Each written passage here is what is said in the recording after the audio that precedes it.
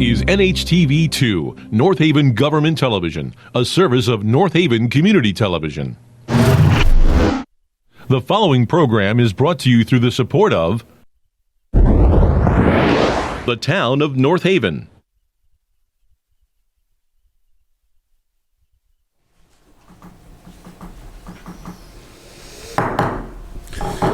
I'd like to call our October 21st meeting to order. Just as a reminder, in accordance with the governor's executive orders, our meetings are not open to the public. They are able to see it on North Haven TV, as well as the internet using North Haven TV's website. There's phone-in if they wanted to hear it directly. And if they have any comments to make, we have given them an email address, town.north-haven.ct.us they can send comments to. Having said that, first thing on our agenda, minutes of our regular meeting from September 26th. Everyone's had a chance to look at it and review it. Questions or comments? I just have a quick comment. And normally I wouldn't make any edits to the meeting minutes, but I did make a request at the last meeting to add to our special funds reports both the BOE capital improvement funds and the BOE unexpected prior year funds. And the second one is definitely added, so thank you, Ed, for doing that. First of all, I'd just like the notes to the meeting minutes to reflect that I made that request, but also, is it possible to add the other one as well? That would be great. Thank you so much. And that's it. Anything else? Can I have a motion to accept the meetings as presented with the modifications requested by Ms. Barrett? I'll make that. Second? Second. All in favor? Aye. We have nothing on old business, new business. Expenditures. Any questions? Yes. I mean, we are very early in the year. Things seem to be tracking well, or obvious reasons why certain things are higher. Are there any questions on expenditures? Yes, I'm sure there are. Hearing none. Wait. I'm no. sorry? No, hold on. There definitely are. Michael, you had something? Eventually, after Tim, though. I've just seen considerable amount of expenses for supplies. Yes, supplies. that always happens. And it's in a number of departments.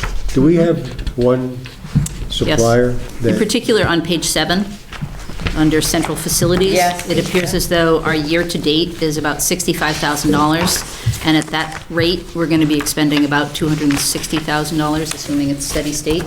So, and we've only budgeted $20,000. Right. That's the effect of all the pandemic supplies. They were charged to central facilities for central supply at one time, and now we're trying to break them out. But $65,000 worth of masks is a lot of masks. Well, it's other things too, probably maybe cleaning and various other items. They actually come and spray down the walls every so many days. Yeah, every day. Every day they do that? They actually, yeah, they spray all the contact surfaces in Town Hall daily.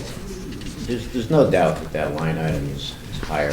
Most of the expenses in our estimation have already been built in. Even things like hand sanitizers on the walls being refilled, these buildings being disinfected, every building. Masks, the good news on masks is we probably have 1 million masks in storage, so for fire, police, public works. So we front-loaded a lot of the expenses. You'll see that line.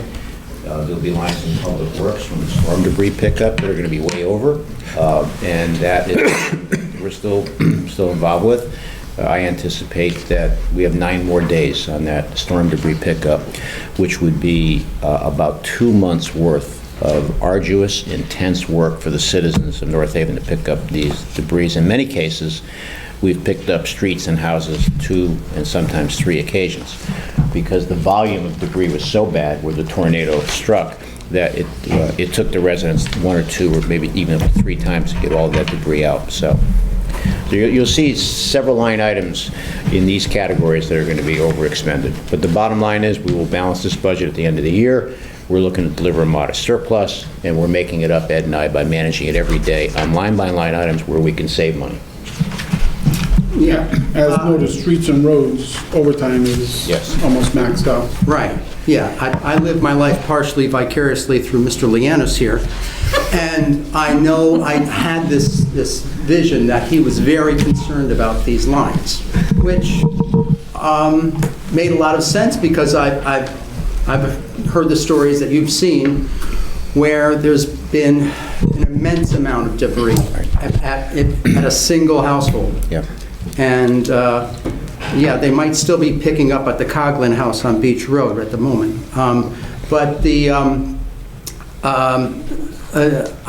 last meeting, I wanted to commend you and Mr. Frieda and Public Works and all the other people who somehow had some involvement in getting our town normalized after two serious storms. And I want to thank you most of all for asking for help from the state and getting the National Guard here when it was essential. So thank you very much, sir. So to just finalize this part of the discussion, so once we complete this voluminous task, then we start leaf pickup, and that'll be starting in the first week of November. Yeah, so the question on the storm debris is, percentage-wise, how much of it was handled through overtime and how much was handled through normal time? You know, it's a good question. We authorized, Ed and I, the overtime, so the Public Works worked from 7 to 7. And in some cases, it was sanitation and recyclable pickup drivers and people working the overtime also. So if you look at it mathematically, Michael, if the average day was, let's say, 7 to 3, we added 4 hours. So out of a 12-hour day, you know, we look at 33% of the hours, but then when you plug in the overtime, Right. it probably be closer to 50% Right, would well, be on overtime. again, that's amazing that so much of unanticipated debris cleanup was fit into regular time, although I'm sure it's postponing some other town projects. We estimate that the average household who had debris, we were able to save the residents anywhere from $400 to $1,000 if they had to do it themselves. See, the way it works is, we not only pick it up, we have to bring it down to our repository on Powder Meadow, and then we have to pay to have it removed. A lot of tonnage there. Yes. Okay, well, not as expensive as taking trash to Hartford. Okay. Anything else on expenditures? Yes. Okay. Just a general question that had to do with the fire department. Ed, A specific line? no, well, it could impact paramedics, it could impact a few lines, but it just had to do with the question of the AMR contract. The town, I believe, repossessed that. Has that occurred? Yes.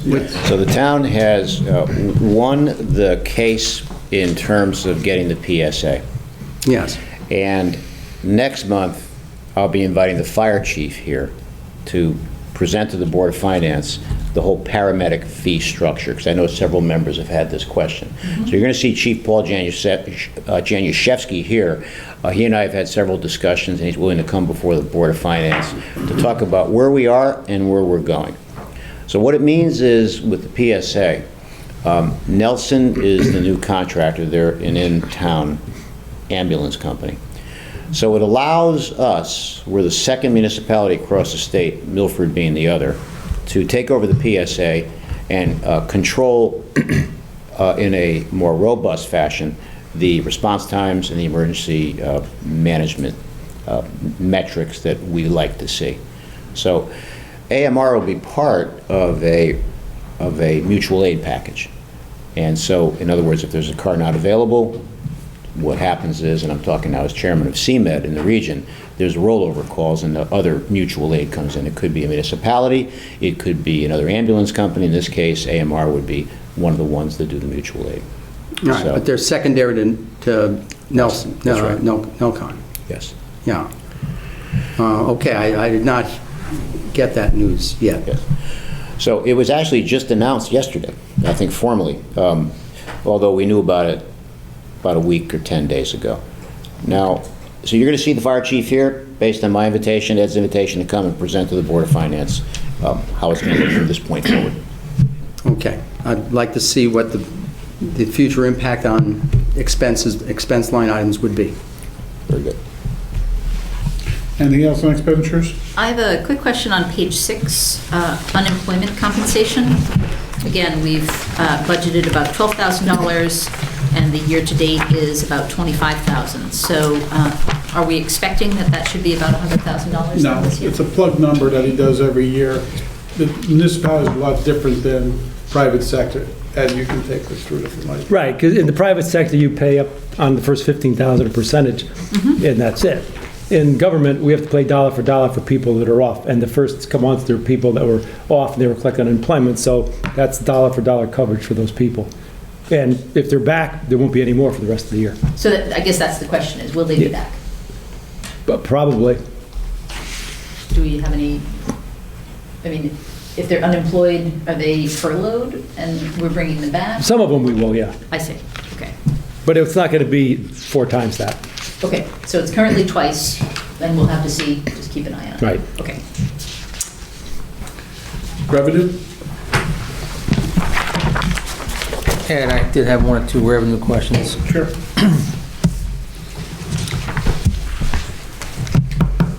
I guess I noticed, Ed,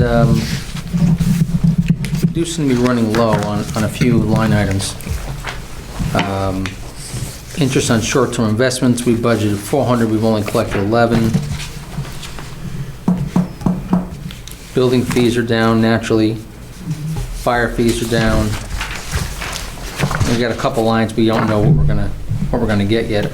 Actually, the rent on a couple of town buildings seemed low too. Rental town property seemed a little low. And I'm assuming we must get 1 payment a year from Mill Road. Is that why this is 0 so far?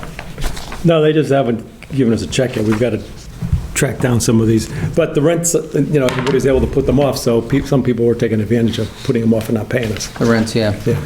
I mean, listen, I know we've talked about the expenses. Mike just mentioned, I noticed in this report, although Mike mentioned last month, that, there's almost no part-time, employees billed so far year to date, right? So I know you guys are managing the expense side, but it's early, but I think we got to worry about some of these line items on the revenue side.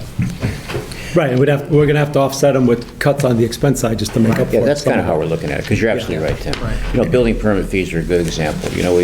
We're getting out of the starting blocks late on economic development, and that's going to be a contributing factor. We did drop that building permit fee line in this year's budget, so we're watching that closely. Fire fees you mentioned. We would anticipate town clerk fees to still be strong, because they've been pretty steady. And, it's, the good news in this is even in the month of July, tax revenue came in. We were able to make 2 large payrolls. One included an HSA contribution, which we have to make in July, and we made 2 debt service payments. As some municipalities were looking at taking tax anticipation notes are, we had enough cash coming in, and our cash collection right now, unlike some other municipalities on taxes who were behind, we're a couple of percentage points ahead were we this year versus last year. So we're doing good on that side of it, but it's those line items that Tim's talking about we have to watch. So Mike, on that, sorry, Yeah. Jim, one more thing, I apologize. So on that point, I was going to ask Ed, we were running a little behind actually, because people could defer to October. Right. Right. So in the first 20 or so days of October, I mean, in previous years, we've gotten, 1/2 of 1%. I mean, we were about 5% behind, so have we gotten substantial tax receipts in the first 2-3 weeks this month? Tim, I haven't even looked at October. Yeah. I was just trying to get everything out through September, get Right. all those things handled. I've looked at it, and we're 2 or 3 percentage points ahead of where we were last year this time. Wow, that's good. So, we're good. I was just going to add that Yeah. we set the budget for the building fees prior to the pandemic. Yeah. So naturally, I think it would fall off. Projects Yeah. were delayed. Yeah. I mean, I'm looking for a late push in the second half on this, because I got a lot of projects I'm working on, economic development, that could yield some good permits. So Did the hotel broke ground though, I think, or they're getting ready to break ground? Well, they broke ground. They already Broke ground. paid permits, but, I'm bringing in Ferrara's Market. It's coming in the Monterey section. So there'll be permits pulled for that because there's going to be some refrigeration needed there. And that's going to be a big thing here in North Haven, Ferrara's Market in New Haven. I've got Guilford Savings Bank coming in, O'Reilly's Auto Parts coming in, I have a Jersey Mike's coming in, I have a Pokemoto Asian restaurant coming in. So I am relentless on this to get this economic development reignited here in town. Good to hear. Is the Economic Development Group meeting on a regular basis? No. It's No, not. that's I kind of see. a- So it's just you? Right now. Okay. It is, it's just me, right? Now, don't get me wrong, though, I say that. We've had no Economic Development Commission meetings, but, Walt Mann's been a good asset to me. He's the vice chair of the commission, and Rich Lopresti. We do our Zoom meetings like once a month, the three of us, but I'm the one that's really out there with the developers right Sure, now, so. yeah. Well, people are very excited about Ferraro's coming in over by, I guess where Payless used to be, over by Target. So, Exactly, Sad exactly. to see it leave New Haven, but glad that it's relocating. Well, I think for New Haven, what's going to happen there is, I know we're digressing, but they're going to either lease or sell the building to another grocery store, so New Haven will have another store there. Different. So, a different store, right. Okay, Anything else in sorry. revenue? Yeah. Oh, by the way, I would support you getting at least a 0.5% commission on these closings for what happens in the commercial world. Okay, everyone deserves what they've helped get. It's time for our MRSA moment, and the MRSA bonded distribution, bonded town aid, and in speaking with the chairman, Are we moving to special funds? Because they were in the special funds. yeah, well, they're all, but I'm speaking to them as a revenue item at the moment, Okay. which is really a brief comment here. Just to say that I did want to progress with an accounting solution for the future, but the chairman has pretty much concurred with me that, and others, that if we get any of this money this year, we'll be lucky. If we get it in future years, we'll be amazed. That we do believe that the program is probably going to, won't be able to be funded in the future from the state. So it is what it is, and if it does continue, I will bring that accounting solution or suggestion to this body. We told you we'd listen to it a couple meetings ago. so. Well, the only thing you have to listen to with me right now is a little bothersome guilt that I feel in that we included 1.86 million as a revenue item from this source. And yet, in speaking, and what the finance director mentioned last meeting is that in past years, in prior years, he applied as much of the use of that as possible to the line items that exist in the operating budget that would qualify. Which means that we had no way of using the rest of that money that was there unless it were to be applied, I suppose, to a capital item in the current year, as opposed to a non-budgeted capital item from the 5-year plan, which is what we're doing. And the waivers that the town has requested. Right. So the waivers have been for 5-year plan pieces, capital items that were not already in our budget. Correct. And we do use a majority of that money, and we've had some mild winters the last few years, but that is the go-to Right. line item for, Right. So if we ever do this again, if we ever include that line item in here again, it should only be the amount that he would forecast the usage of. Just like forecasting any expense item here, we would need a prediction on how much of those line items that qualify could go toward this revenue, have this revenue source be applied toward them. And so right now, having that 1.86 means that if we don't spend, if we can't apply those this revenue to some expenses, then we have to find the revenue from another source in order to balance the budget if we expend everything that is in the budget. So we'd either have to reduce expenses by that amount or find other revenue. So, you know, if 1.86 million, if we only spend 860,000, we have $1 million we have to make up somewhere on either the expense side or the revenue side. Is that logical? Ed, would you like to address that, or?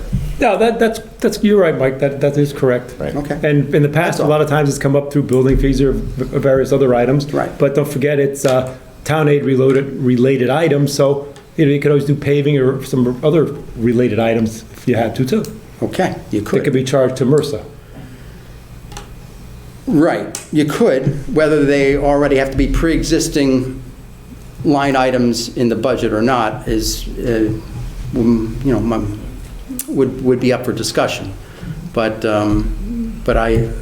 so when I make these points about the MRSA money and about the poor budgeting practice that it's been, this is why. It's not a poor budgeting it's practice, it's a consistent practice. You want to start taking all the expenditures out of your budget and move them somewhere else, you're going to look back in the future, you won't be able to follow anything. Okay, but some people would say putting 1.86 million in and knowing you're never going to spend that much money is not a good way of budgeting. It's not what I think this board should be budgeting and the way it should happen. Well, you never We don't know know what that you're number. going to use on that line. You know it's never going to come close. Well, how much are we going to use for We're this gonna use it last this year. storm damage? We're going to blow through that money. Yeah. All right, so look, I think you made a point earlier, let's see what happens with the Yeah. future of MRSA, and then we'll certainly look, if you would, put it in writing to us, we'll look at it as a Board of Finance, Okay, okay? and by the way, I retract the word poor. Poor was a poor choice of words. You know, in accounting, there's always options of doing Yes. things. I think your suggestion last month was actually different, Mike. Last month, I think what you said was that we should only be budgeting what's in the account and not what we expect to get in the current fiscal No, year. right, no, I'm saying the same thing. I think we should only budget what we're going to use out of the funds that we receive. out of I'm that talking about grant the we source of the funds, not the expenditure of the funds. receive. Well, they're related. We would only budget the revenue item that would match what we predict the expenses would be. But Mike, you never know how many winter storms you're going to have. Well, then, but you could budget a little bit more if you want. It's okay, a little bit. I do, a lot more. It's budget number. Not the whole, but not the whole thing. We understand what you're saying. whole thing is We will- unrealistic. okay. Anything else on expenditures? Or rather, How's revenue? On revenue. Special funds. I just have one point to make. Again, Ed, I really appreciate you adding the extra category of the BOE carryover amount here, an additional line item to the special funds accounting. However, back in August, this Board of Finance voted on a resolution to approve the deposit of the end-of-year BOE surplus. And the amount that we voted on, and the specific language was, shall deposit an amount not to exceed $557,718.20. And as you can see, the number that is listed here is $574,000. So it's not a huge difference, it's about No, mine is just $16,000. copied over the wrong number. But I just wanted to point it out. Yeah. And again, the source of the problem, as Ed explained it to me, is that the Board of Ed met at the beginning of June. Right. They vote on the number that they think will be the surplus figure for the end of that month. I think they were a little conservative. It wound up being a little bit more than that. And that difference, I think, just went into the general fund. And then, but whatever number they vote on is the number that's put before us, and that's what was included in the resolution. So that's what we Yeah, voted on. 557, 718, yeah. We'll double check that. We'll see if that's maybe an entry error, Ed, but then. if Yeah, I got not- it here, because I got the Board of Ed. It can't be more than that. Right. And if not, we'll see what the difference is. Yeah. So, okay, very good. Well, if there is a slight difference, don't they have to turn over to here? Yeah, all the difference, that's what I'm saying. The difference They ended up is in the higher, general fund. so it Right. just flows back to the general fund. That's what- That's it for special funds, Board of Ed? Board of Ed. I know. Mrs. Situ, would you like to say something that I could ignore? Or forget? You always ignore what I say. Exactly. Okay. No, it's hard to know. It's impossible to know. I mean, they're just making all encumbrances, so, I don't know, are they getting a little better organized over there, Ed? Does anyone know who's the chairman of the finance committee at the Board of Ed? No, not anymore. Slowly. I think on the Board of Ed side, I asked him for a grant report, so he did give you something to print. Yeah, I see that. Yeah. And I just noticed on his expenditure report, he does have all the encumbrances in there, but he's also wrote on this report, if you notice, it says 2021-13. That means June is period 12. 13 is like your final where you make adjustments. So he's running this report throughout the year, and he's probably got all the encumbrances listed in there. That's for the whole year, just so they know over there. No, I think that's what I've always understood, Ed. but- Yeah. Because they're currently at 82. Right. The problem is when they encumber everything, you can never tell if they're behind or ahead Right. on these line Right, items. so is But it he- organized that like some of the big ones, we could get an update? I mean, But he- buses was always a big one, and especially Right. now, I'm interested to see in the buses there's a lot of parents picking up versus buses, so I Right. don't know if there's any reduction in buses Right. because there's less kids, because trust me, I'm at pickup time and it's crazy. We have no visibility to what's going on here, so it would be nice that some of those, especially buses, it's a big topic throughout the year last year, what's actually happening. Yeah, I'll check on that one, but I think his logic with the payroll is we're paying this, that's going to be paid. So that's why he committed those numbers, so. Well, we don't do that on the town side, but that's what he's looking to do on his side. Well, I know that's kind of hard to estimate with the way things have changed, and they keep changing when kids are going to school, when they're not going to school. But that bus company and that contract, that's been a big topic of discussion the last year. It'd be nice to know what's going on, even to provide some detail, like how many runs, how many buses are they using, how many runs compared to last year. It would be nice to see a comparison since the world is a little different. Yeah, I know, but I don't know if he's going to provide that to us, because Well, we're not his board. no, That but, they are. you know, I'm throwing it out there. 'Cause Yeah. I for one would like to know. When's the contract in? I don't know. It has to be coming up. I think they're I in think the it just first came year, up. I think they're in the first year of the Oh, new right. contract, Yeah, I didn't think. they renew it without Yes. going out to Did they send bid? out for bid? Yes, I would like to echo what Mr. Visicia was saying. I'm not sure what it was, but I'd like to echo that. But the reason why, you must be reading my mind, because I have that here, this material here. I'm just going to inquire about it. And it does show that the last bus contract that we have shows that the last year was 2020, which means we are in the first year of a new contract. So I'd like to make a request for a copy of the bus contract. Could we receive that? We will request. It's kind of hindsight, isn't it? Hindsight? Yeah. No, it's not to negotiate the contract, it's to know what the terms are in all the Right. But future that's what I'm years. saying, it's kind of hindsight to be investigating what the contract reads after this is the first year that we're implementing. Yeah, well, we're We not should have been looking investigating, at this a year ago. we just need knowledge. We often get contracts after they're settled, just so we know and we can anticipate what the expenses would be We got it. in future years. Request it from them. Yeah, please. okay. There's another question I'd like to pose to them. I'm hearing that a lot of the paras are no longer there, Ed. Is that something that we can find out about? I've heard a lot of complaints about that. and A lot of I what? cannot confirm or deny that. yeah. Yeah, I got to ask him, yeah. Yeah, can you please ask that question? I've had a lot of people say that to me, but I can't answer that. Thank you. Very good point over there. Anything else on Board of Ed? Well, regarding did we get any results back from the audit of the special don't think education it's- busing? Is there No, going to be, no. is there going to be any They didn't report at fit, all? They wouldn't do it. They would do it, okay. All right, good. Yeah, because Tim did ask some very intelligent questions to the superintendent in the past about this. We have emails of here, and we did get a list of the runs and of the expenses of each run. So we have some perspective on what we'd like to see reviewed, maybe. So, it's too bad. So, were you going to, Well, we've asked him multiple times. you're going to, is there only one source for this type of No, water? actually, you tried two different people. Yeah, they don't want to, firms didn't want to be bothered, it was too small. Small for them. The scope was too small, or the funds allocated were too small? One and the same. What did we budget, 5, I think it was 10. 10? Okay. We could go pull it over ourselves. We'll marinate on that. Anything else on Board of Ed? Can I motion to accept the reports as presented? Make a motion. Second? Second. All in favor? Aye. Aye. Schedules.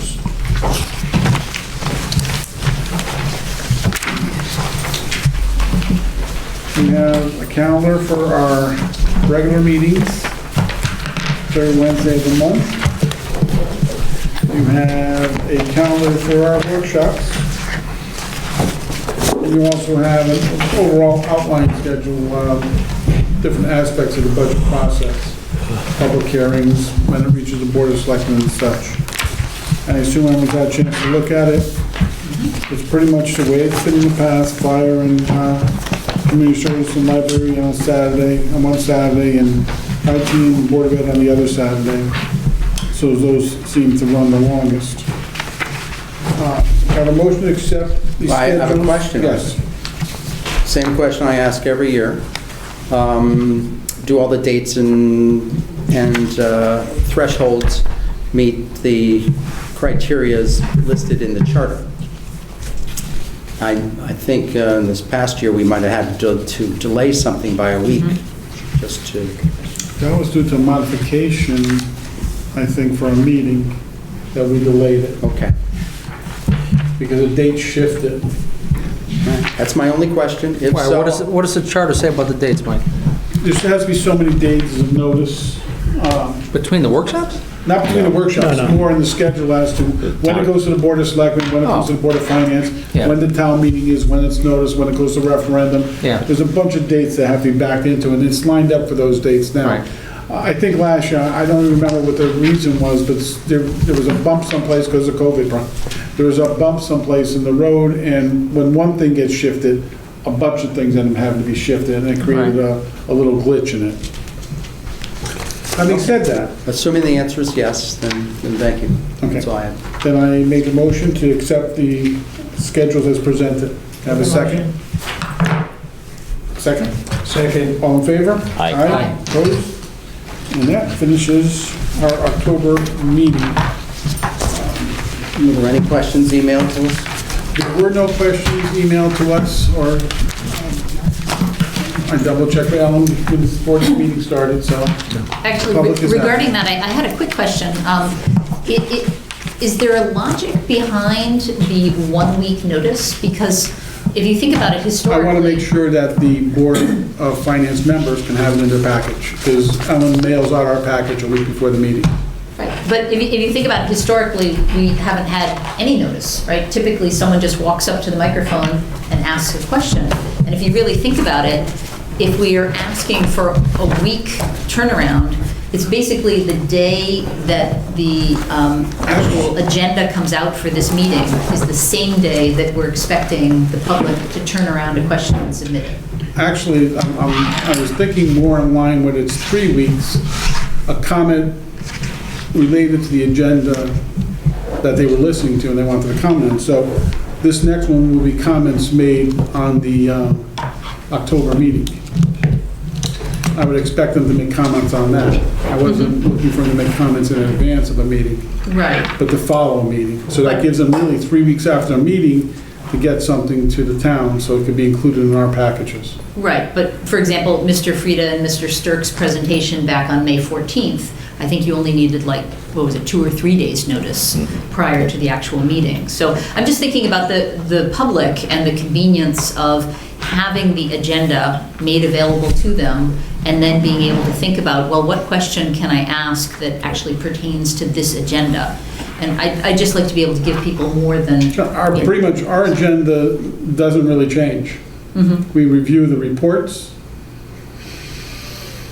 and on occasions such as now, we added schedules for our workshops. Right, sometimes we have There's resolutions. there's very few things that change in our agendas. Right, but I'm just saying typically when we have an in-person meeting, we don't have any advance notice. We don't get something in a packet a week in advance, they Again. simply walk up to the microphone and ask the question. the intention was for them to be able to follow up on something that was discussed in the meeting, not to be making public comments before the meeting even happened. So I'm, in fact, giving them 3 weeks after our meeting, if they had any comments related to that meeting, to bring it to our attention. So related to the previous meeting, The previous not meeting. the next meeting, Yes. meaning the meeting that you're in. How could they respond to it? No, that's the point. No, how could they respond to this meeting when they don't know what our opinions were, what was discussed? Right. They know an outline of what it was, and our outline really never does change. Mm-hmm. But they don't know who had what opinion on which topic. Right. Now they know what those opinions on those topics were and what was discussed. And if there's something they comment related to that, they have a 3-week period to respond. I see. Because I always thought that your constraint was that comments and questions needed to pertain to the agenda for that meeting that we're in, not the previous meeting. But you're saying that it The can public comment follows our meeting, and I was doing the same thing. This public comments to follow the meeting that we're in. I see. So it gives them 3 weeks. Instead of having 30 seconds to decide if they want to come to the mic, they have 3 weeks to I see. decide if they want to do something. So, Okay, yeah, I mean, I see your point, but to Rich's point, Nancy, if you look at this meeting as an example, so what Rich is saying is the public will have 3 weeks to comment on dialogue that occurred at this meeting that they wouldn't have known unless they watched this meeting.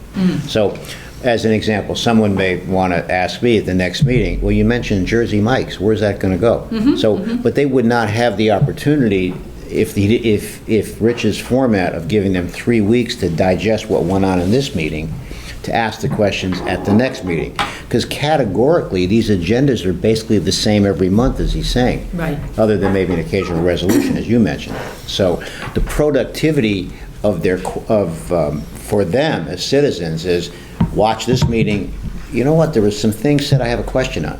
Okay. They wouldn't have known it if they hadn't watched this and he hadn't given them 3 weeks. So that's news to me, that it pertains to the previous week. I've always let I'm them- sorry if it wasn't clear to you Right. last month when we set it up. Right, but I've always been led to believe during an in-person meeting that you've been trying to keep comments and questions pertaining that to the current agenda for agenda. that actual meeting. In these different times, So now we've it's the now previous. given them 3 weeks instead of 3 seconds. But look at it though, Nancy. Have you heard Mary White's comments? I think that they pertain to every meeting that's ever Right. occurred in this Right, town. right. Well, if you think about what we cover, it Right. really is soup to nuts. And she's a valuable I like resource. Mary White. I- I think she brings up some viable points. Absolutely. Exactly.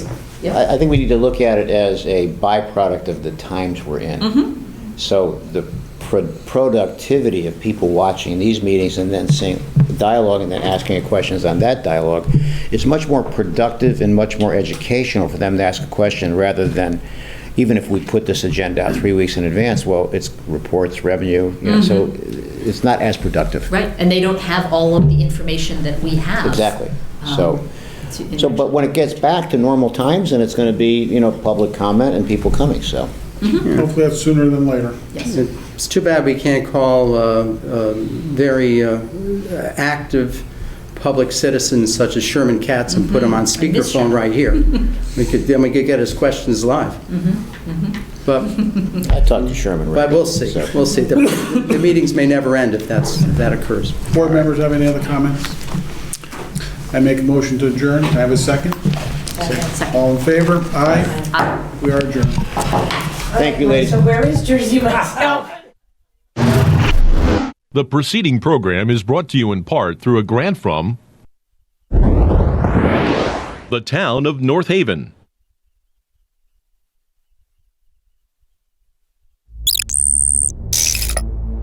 Watch town meetings or other videos on demand at nhtv.com.